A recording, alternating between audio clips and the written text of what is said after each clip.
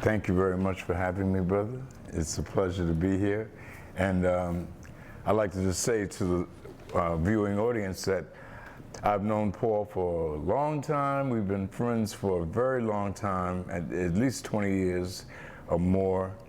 And it's always been a rewarding friendship because he's a librarian at a school in the middle of Harlem that's got history. Wadley School has got history, and I get a chance to talk to our young brothers and sisters who are residents of Harlem, and I get a chance to get that electricity that only our kids seem to have, and I appreciate that, and they've always shown me love, and it's like a lot of people see libraries as almost tombstones for books to lay dead in. And this brother has taken the library and turned it into a living entity, and it's a workable piece of stuff for the community, for the people, for the kids. So the books come to life here. There's energy here, and I'm very, very happy to be a part of that. So he feels honored to have me. I feel honored to be with him because he has shown consistency, and he's also made it clear to librarians all over the planet as to how they need to step up their game, go beyond just issuing books and having facts about the tabloids that are out, but make sure that the people in the community are aware and available for these services. Of course, this is a school, so it's about having the young people see this place as a sacred place, and he does that. I'm happy to be here, Paul. I thank you for saying that. Before we get into the questions I'd like to ask you, there are a couple of things I'd like to say. First, you more than any other individual that has come into this space has graciously come to share of yourself with these young brothers and sisters. And it's unfortunate that I don't have the wherewithal to compensate you. Having said that, you've always been gracious and come to do that. So that spiritual currency is something that I really, really appreciate. Well, you know, I know the fact is that they're not going to give you a big budget to bring people in like me. You know, it's just not going to happen. That's not a part of what they're doing. And so you're making sacrifices and stuff, and I think that it's a responsibility that my generation has to reach back and try to inform our young people as to what happened, because you're not going to be able to pick up a regular history book and read the story of the last poets and all that. So I'm alive, I'm well, I can talk about what happened, I can give them some visions of the way the streets were and how we were entertained by them and destroyed by them on both sides, and give them some factual stuff that they're not going to get in a book. And the young people want to know, they're curious, and I'm happy that you made it possible. So it's really an important piece of my life, because the only way that I'll have any immortality is by passing the baton to these young kids. Well, I have to say a couple of things to you as this conversation evolves. When I was in college, I was in a part of this country where people who look like me were in short supply. I was in one of the largest schools in the country, and because my parents didn't have any money, and I had very few means of accessing money, I won a Ford Foundation scholarship. Okay. And this particular institution, a large institution, what's the name of it? It was Wichita State Oh, University. Wichita State, okay. This particular university gave me the most money. One day, when I was withering under the assault of some whiteness, and wondering how I was going to make it, as you know, my destiny would have it, I came upon the last poets. And I heard these words: I am a black verse. I am the thought of all things, thinking of wishing for something to come true. I am the wish and the wishbone that white people break for good luck. And the next day, one of them falls and breaks their neck. I am the wish that makes the Clairol lady wish she had the body of Cleopatra, the voice of Billie Holiday, the sexiness of Eartha Kitt, and the afro of Abby Lincoln, for then she would be truly beautiful. I heard those words, and it gave me courage, and it gave me strength. Wow. And I'm not here to say anything that is anti-white, because as you mentioned earlier, we all are part of the human family. That's right. We really are. That's There's right. only one race, the human race. Right. But it just so happens that these white people decided that I was going to be that N-word. Right. And that they were going to treat me that way. Right. And despite my work in the classroom, despite my concern for myself, there were those who thought that they were going to treat me like that N-word. Mm-hmm. So anyway, I heard those words of my brother, and it was my salvation. Well, no, I appreciate that. You know, your story sounds very similar to Jeffrey Canada, who runs the Harm School Children's Zone, because I had spoken to his partner, Mr. Caldoun, who is the principal of the main school they have there at 125th. And I told him, I said, you know, you built this school on holy ground. And he said, what do you mean? I said, well, the East Wind used to be here. And that was the home base of the Last Poets. And I said, right next door to the East Wind was another loft that was the first of its kind in America, Olatunji's Drum and Dance Studio. That's where the funga emanated out of that. Okay. And the whole country knows funga, alapia, ashe, ashe, and it all came from Olatunji. He did his album called Drums of Passion, right, which was the hottest drum album we had ever heard, dealing with that West African drum sound. So he said, what? So I started breaking down to him. He says, man, well, me and Jeffrey, the only thing we had to listen to up in Maine, because they went to the University of Maine, right, was the Last Poets. He said, man, you saved our lives, man. He said, if we didn't have that, we might have gotten just suffocated from whiteness, you know? So, and it's so funny you say whiteness. See, we have to understand something too. Whiteness is it's a germ. It's not even a people. I mean, it's a germ. Just like when we say black and white, when we talk about black, we're talking about humanity. And there are some white people who are very, very black because of the humanity that they show. And then there are some black people who are very, very white because of the whiteness. So, you know, we have to, and you and I being as old as we are and having gone through all different kinds of phases of life and dealing with different levels of people, we have to be able to recognize the difference, because we can run into an angel who is stark, who is white from the whitest country on the planet, but they have a soul that's black, and that's what makes you black, your soul and your humanity. And I always tell my students, in chains, we show the world more humility and humanity than the people who put us in chains did. So yes, black does not represent a color. It represents a way of thinking. It represents a soulful understanding of life itself, and it represents humanity. And all of us, everybody, no matter what your race or what your ethnicity, we come from blackness. So, you know, that's what it's about. It's black in that canal, before, you know, and that's the essence of what black's all about. Because, you know, we can start dividing up, well, I got part Cherokee, part this, part that. Black, we define as being the opposite of white, white being something that has not been exactly a host of humanity.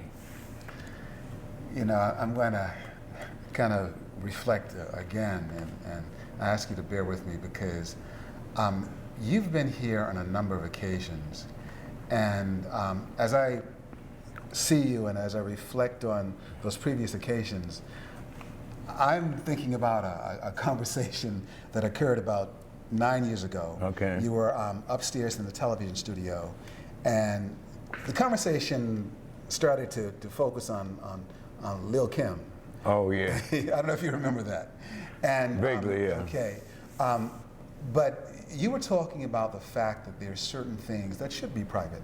We don't need to show our derrieres, and we don't need to talk about who we're doing it with. No. And this sister raised her hand and she said, I can see her now, and you were on fire as you usually are. That's why I'm humbled to be next to a Piscean brother. Belated happy birthday. And happy birthday to you tomorrow, brother. Thank you. Yes. But anyway, you are trying to get those young brothers to see the importance of having the intelligence and the wisdom to comport yourself a certain way. Right. But she raised her hand and she said that she loved little Kim. She liked that little Kim could talk about sucking and all those other things. Yeah. And your response was, she should, that certain things should be private. And she insisted on holding to that perspective. And she said, well, I don't hear anybody telling males, telling men that they should reform, their language, their behavior. And you very patiently said to her, I do it, but more importantly, two wrongs don't make a right. Exactly. And I just remembered how you said that to her, and all of the things that you said, that particular reminder, two wrongs don't make a right, exactly, changed her completely. She still loved little Kim, but yeah. But I've always appreciated you for teaching me in that way. So I just want to thank you. As I ask you my first question, I know you have to go, and you've been here and you've been patient, but there are a few questions I'd like to ask you. Go ahead. The first is about you. I know that you're from Ohio. Can you give us some sense of who you are, what made you the kind of person that you are? My Ohio experience is real short and sweet. My mother had me out of wedlock in a home for unwed mothers. To be pregnant at 21, my mother was 21, but to not be married, it was a sin back in the late 40s, early 50s. That was totally out. My mother took herself off the scene, put herself in a home for unwed mothers where I was born. I've never seen my father. If he walked in here right now and jumped in front of this camera, I'd just say, please get this man out the way. I don't know who he is. My aunt, my mother's sister was 16 years older than my mother. She was love personified. When she came over to visit, I was born and raised for 3 years on Oliver Street. My aunt, when she came to visit, she had hugs and kisses and hugs and kisses. My mother was so doomed and gloomed by my birth that she didn't even open the curtains. I didn't see sunlight. I remember as a baby not getting any light. My aunt brought light. She brought love. I remember her lips on my face. I was so excited. I fell in love with my aunt right away. She was my love thing. She got married to a man from Georgia, and they decided they were going to move from Cincinnati, Ohio to New York. I was 3 years old, Paul, and according to Aunt Vivian, I ran upstairs and I put on my cowboy guns and my hat and my boots and my vest, and I came downstairs and said, I'm going to New York with Aunt Beanie. And she said everybody in the family that was downstairs, they started looking at each other, and then my mother and my aunt broke out crying because they said they could see I was serious. I was that at 3 years old, and that just blows my mind that I had that kind of conviction then. But they went on and packed a bag for me right then and put me in the car with my aunt and her husband, her new husband. Her new husband became my father. I call him Daddy Joe, and I called my aunt Mother because she became my mother, and I call my real mother Mommy, and that still is what I call my real mother, Mommy. But Mother has passed on, but she was the backbone. She was my foundation. This woman was everything to me.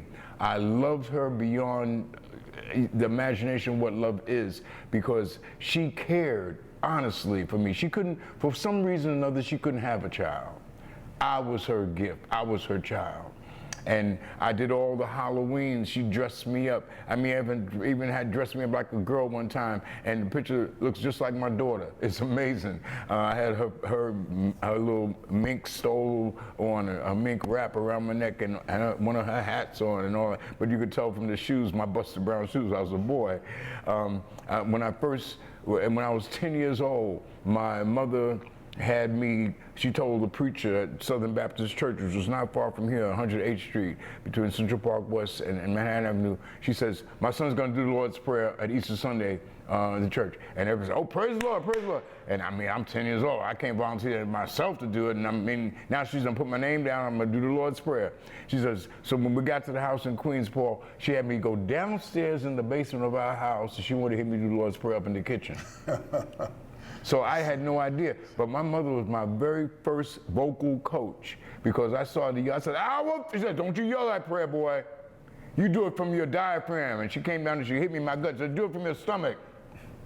You don't be yelling the Lord's Prayer. And I had to learn how to breathe and get the words out without yelling.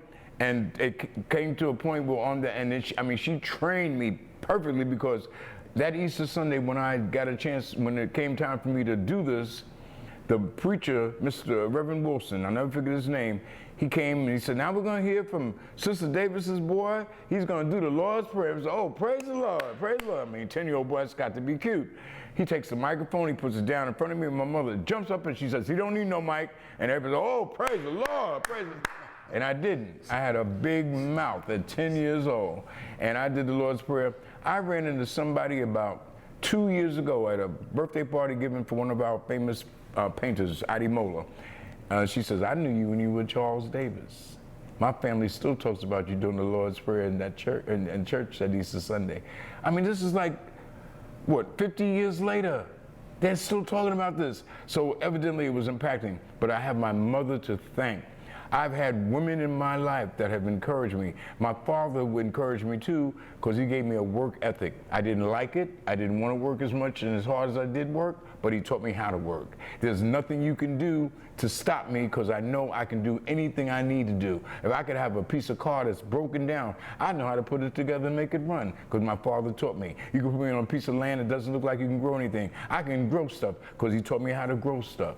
I know how to do a lot of stuff, because this man was he was dead set on me being a man, and he felt a man had to be able to produce and do for himself under all circumstances, and he was hard about it. He wasn't nice. We didn't have any huggy, kissy time. It wasn't, matter of fact, when his birthday came and my mother gave me something to give him, she said, now give your father a kiss on the cheek. I hated that. His face felt like sandpaper. I didn't want to touch his face, but I'd give him his present, I'd give him his card or whatever. The man raised me, and he gave me my manhood, and I'm thankful for that. So when you talk about who I am, I have to look at Daddy Joe and Mother, and the fact that I obviously came on the scene with a certain will of conviction at 3 years old.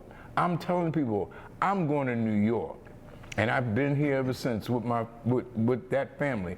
Now, my real mother, since the lady who raised me is gone, my real mother's alive, and she and I are very close. As a matter of fact, I always say it, I have been seriously blessed, because I've had 2 mothers in one lifetime, because I had her sister to raise me up to be a grown man, and then when I was in college, she passed, and then now she's taken over, and rightfully so, and we're close. So when I look at my life, it was kind of, I think most people who do things that make impact on the world, there's always some tracings when you go back to see what set them off.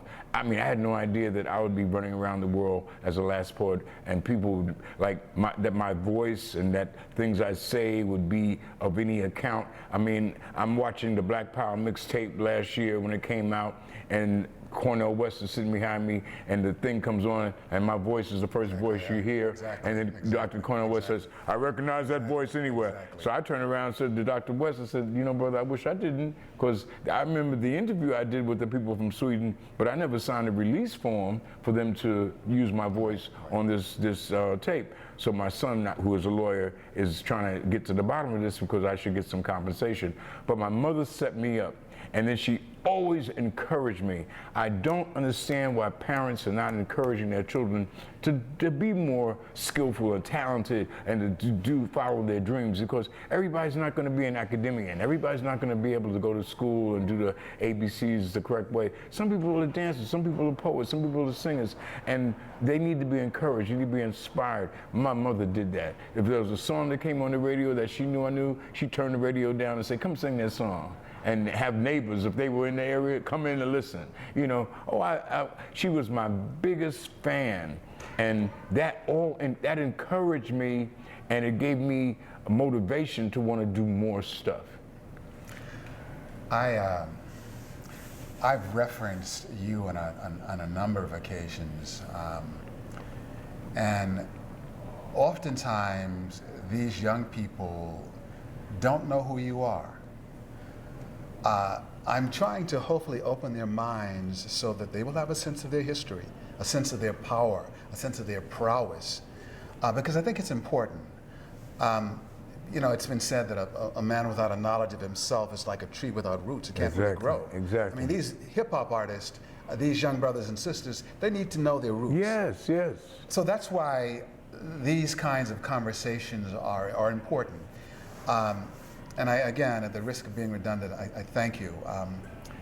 So I'd like to get to the root of how The Last Poets began. I know that in Marcus Garvey Park was the genesis, but I'd like to know how that came about. When David Nelson, I always give credit as being like the father, because it was David Nelson who came to me with an idea. He said, I want to do a collective of men doing poetry from different walks of life.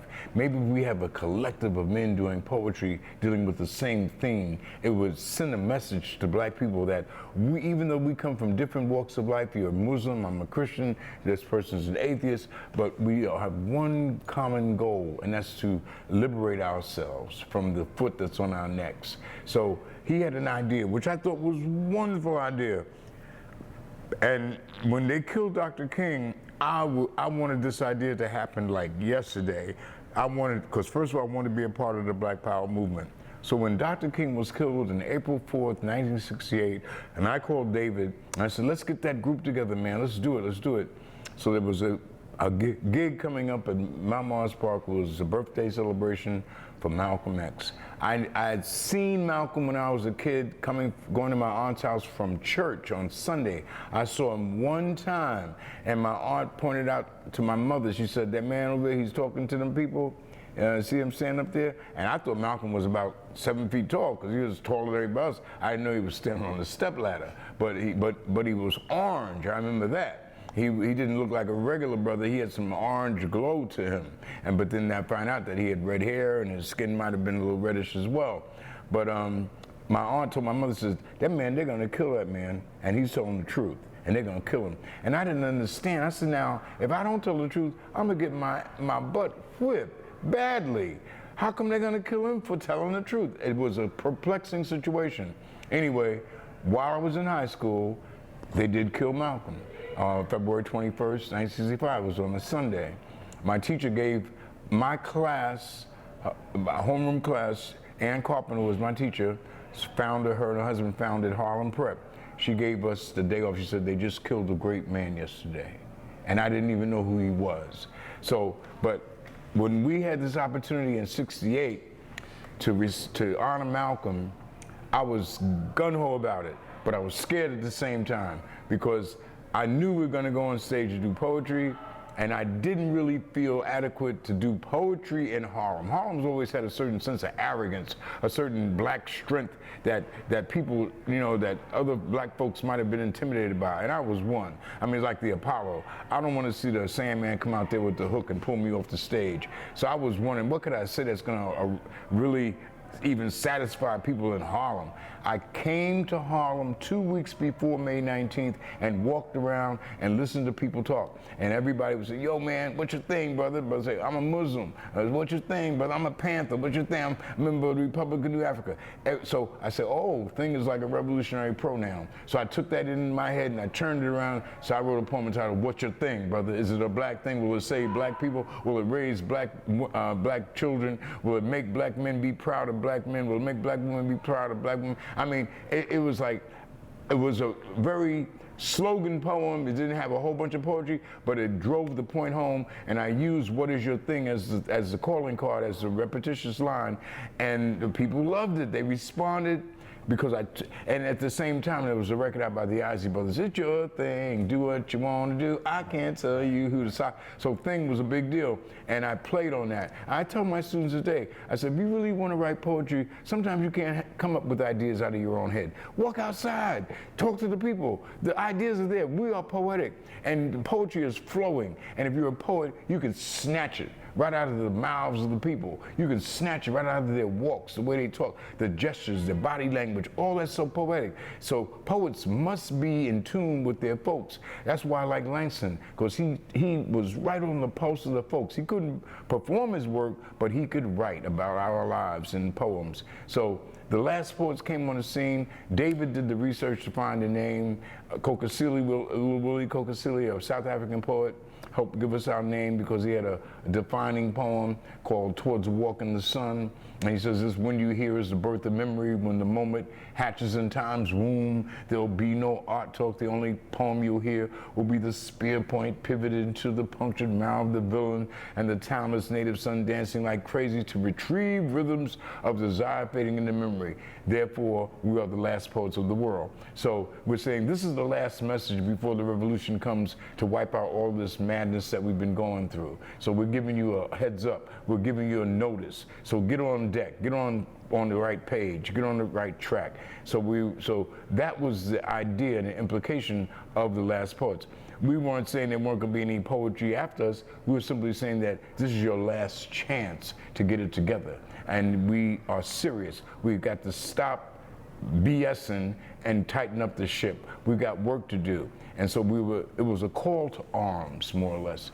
And I appreciate that. It was just like I was explaining to some of the young people today, the movie The Battle of Algiers. When the Battle of Algiers was getting ready to happen, when the brothers and sisters in Algeria getting ready to have a revolution against the French, they gave the drug dealers and the pimps a heads up and say, 2 weeks you got to clean up your mess, to stop doing all this because we gonna have a revolution. And they said, you know, we need to stop participating in all this madness. And the people seemed to agree, but they continued to do it. When the revolutionary cadre came back, they just wiped everybody out. The pimps, hoes, everybody. Just killed them, didn't say nothing, just wiped them out. And I said, that's exactly what the last poets are about, except we're not gonna kill you with bullets and knives and bombs. We're gonna kill you with the words out of our mouth.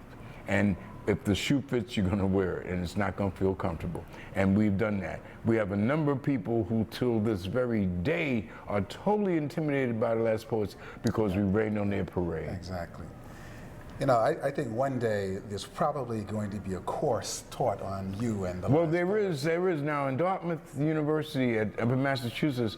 This brother Waleem, he does teach the last poets, and he gives when he gives out his syllabus, he has on there biggest day last poets, and then he says, and the first thing that we're going to talk about is niggas are scared of revolution, and it's so funny because.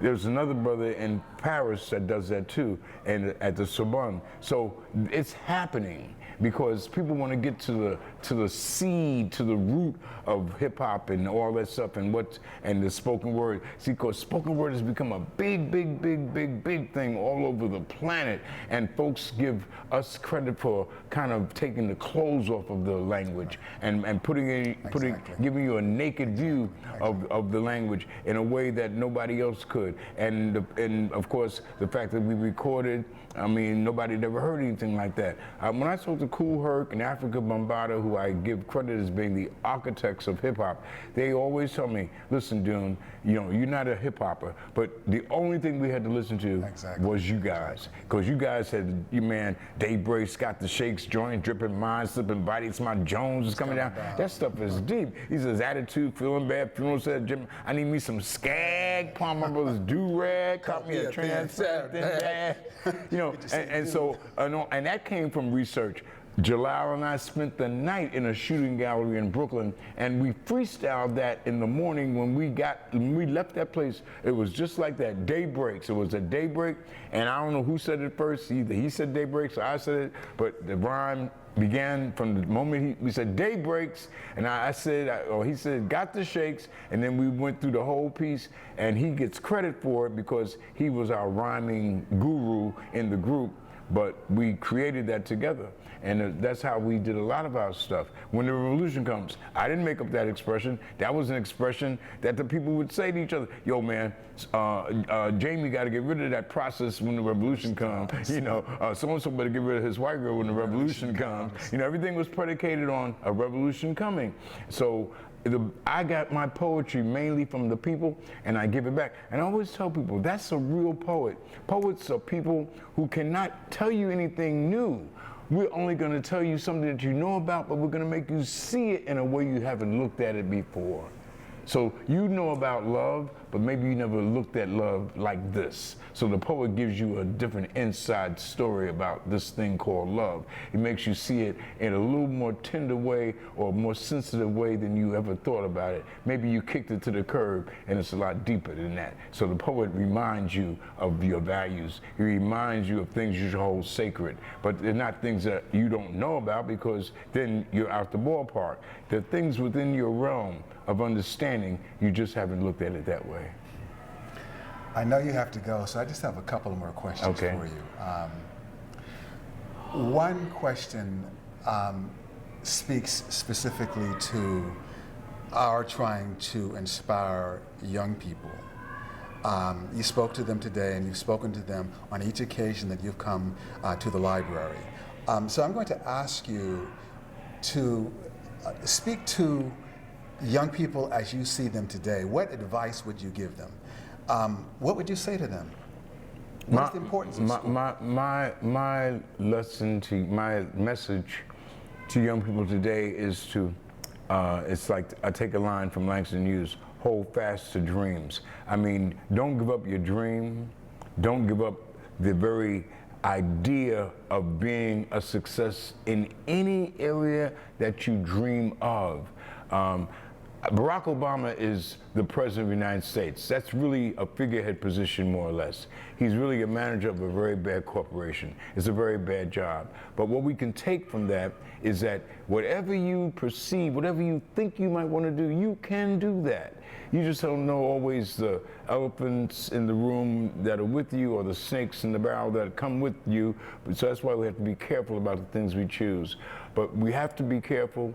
We must recognize hard work is one of the most valuable treasures. To be able to work is key, and to get the work done, to not be lazy. Lazy has become a serious companion for many of our young people. Nothing comes like that, and you're not going to feel good. It leads right into depression because you're not getting anything done, life seems to be a big drag, and you become a big drag, and you just don't feel happy. So depression can creep in and hurt and kill you. We can fight that by working, by having projects, by creating things, being creative, dance, sing, cook, sew, do stuff, and change your conversations with people if they're talking stupid. Have conversations with folks that are trying to advance the life and the language, because we have a lot of petty conversations and we do a lot of finger pointing. Forget all that. Stop that. Start taking an inward look at yourself. We have everything inside of us that we need to project a better outside, and we have to work on that. So I tell young people to hold fast to their dreams, to believe in themselves, to be willing to work hard, and to not ever be afraid of taking a chance within reason. Don't do anything stupid, like running across a street with a bunch of cars coming and you know the light is not in your favor. You know, you can stay there and wait for the green light, but the fact is that we got to learn how not to play in traffic so much, because those of us that do, we usually get hurt, and that's a problem. So we have to also watch what we say, because everything we say has a way of coming back at us. Karma is still in existence. What goes around comes around. So if you want respect, you've got to give respect. Those are some basic, you know, many of us were raised by proverbs, and those proverbs that raised many of us, like myself, and I'm sure Paul got a dose, those proverbs still exist. You can't count your chickens before they hatch. You can't teach don't miss your water till the well runs dry. I mean, there's so many proverbs. You know, what goes around comes around. There's so many proverbs. Those things are little nuggets of truth. And you should talk to your grandparents, talk to the older people in your family, get their stories, Amen. Ask about the things that they did, because you're just a recycling of all of that. You ain't got nothing new. The wheel has been here, and you just want to know how to roll with it. So talk to the people who've already been rolling and get that information, learn, take time out to realize that this is just a period in your life and it's going to change, and you want to be the master and the captain of that change. I had said that I had two questions, but I'm going to conclude with that question. And I just ask you to allow me to make a final comment. In conclusion, one of the things that comes to mind is something that you wrote. And it's the last lines of one of your poems.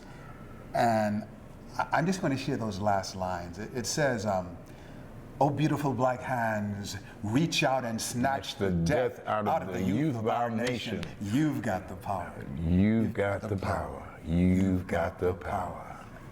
And lastly, I think it was Robeson who said, "The battlefield is everywhere. There is no sheltered rear." Woo. We're on the battlefield, my brother. And I thank you, I thank you, I thank you, I thank you. Back at you, brother. Yes, sir. Thank you, too. Thanks. All right, now.